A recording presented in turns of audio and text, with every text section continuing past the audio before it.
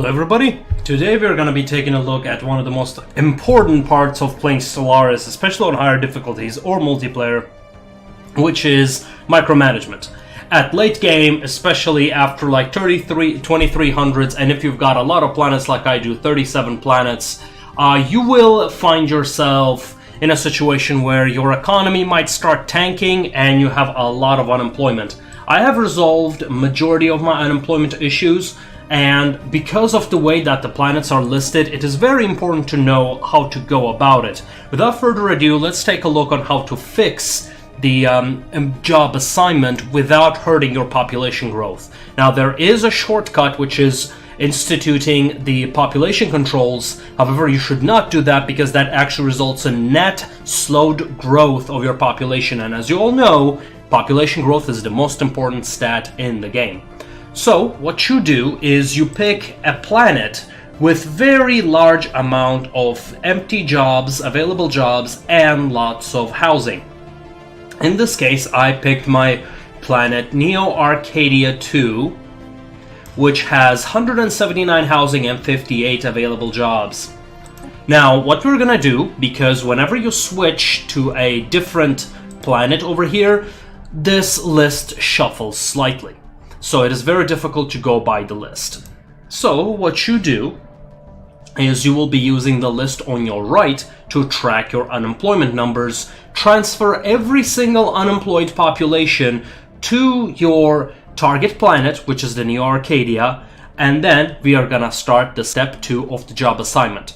Now, while we do that, we take a look at our slaves. If you're running with a slavery build like I do, then what you need to do is you need to consider your slaves and the races that are can be specialists. So in this case, you do not want those specialist races working worker level jobs. You want those jobs to be taken by your slaves. So what you do, you transfer all of your worker level specialists to your other planet, preferably a archaeology project. Now Adenum 7 has been transferred. Next we have on our list is Pueblina. As you can see from the name, it's a xenoplanet, and this list over here is completely inaccurate, so you do not trust it. Do not see it shows like 0 housing, zero jobs. Those are a little inaccurate. Like, it doesn't show any unemployment here while there is some. So if you've got 4 slaves, we transfer them all. You might also want to add a few more slaves just to be safe, so that you will not have to come back and do this again. Next up, we have Gem, whatever the hell that is. Even though it has got 15 jobs, apparently none of them are slave accessible. Let's see, we've got 1 slave, let's take 2 instead. We always take a little extra. We have upgradable building. We've got Neo Arcadia next. And then we have the archives.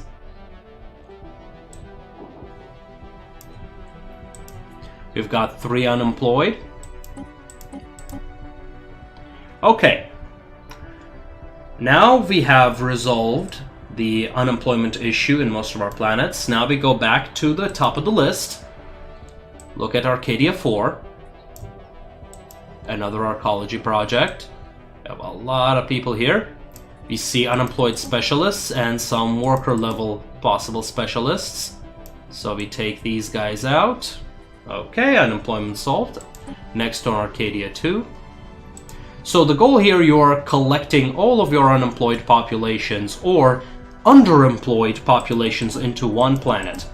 Now, if you are say, a president watching this, the first thing I would say, what the hell are you doing? 2, is this also how you solve with central planning? Next up, we've got the Slave X. Let's see, we have a lot of underemployment here. Now the underemployment people have been moved. Now, the reason we move some of the extra ones is so that we will not have to do this again every few minutes. Adenus Maximus. Adenus Maximus, here it is. As you can see, it's also inaccurate, and you cannot see underemployed jobs. This becomes quite important because these jobs tend to add up. Robotic servant, very good. What is this? Oh, the ruler level. One special rule in case you see the ruler level jobs, just don't touch them. Just a bit too much of a trouble. See, we have identified a planet here. We're gonna give it commercial zones. Commercial zones, while might seem a little inefficient to you, which would be correct. However, when you're dealing with 4,400 populations, you kind of stop thinking about the efficiency. Like, you're just trying to minimize the efficiency. Eliminating it is just a little bit too much. Okay, so now that we have transferred all of them to Neo Arcadia 2. Now let's find the Neo Arcadia 2. Neo Arcadia 2. Here it is. We've got 175 population. So, currently we do not have any unemployed and have 26 jobs available. Now the reason for that is because this planet was huge. However, it does have some crime issues. That is because it has the criminal underworld. In time, that will also go away. After you have transferred all of your populations to the right planet, you then go to your planets where you have a lot of available jobs. In this case, Arcadia 1. You take a look, it does have a lot of available jobs. You see if they have all been properly assigned. In our case, that is indeed the case. So we leave them alone. However, after we have collected them all, we then assign those, well, populations to their right designated planets. The planning here is essential. You want to have some planets where you will have a lot of specialists and rulers, and the other ones, the slave planets, the work worlds, so to speak.